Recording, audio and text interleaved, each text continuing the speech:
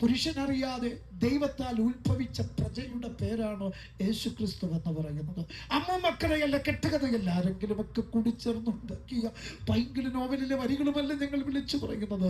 യേശു ക്രിസ്തു ലോകത്തിൽ വന്നെന്നുള്ളത് സത്യമാ, യേശു ക്രിസ്തു ജനിച്ചെന്നുള്ളത് സത്യമാ, യേശു ക്രിസ്തു ജീവിച്ചെന്നുള്ളത് സത്യമാ, യേശു ക്രിസ്തു മരിച്ചെന്നുള്ളത് സത്യമാ, യേശു ക്രിസ്തു ഉയർത്തെഴുന്നേറ്റെന്നുള്ളത് സത്യമാ. എന്നാൽ ഇനിയൊരു സത്യം നടക്കുവാനുണ്ട്. അത് മറ്റൊന്നുമല്ല, അവൻ വീണ്ടും വരുവാൻ പോകുകയാണ്.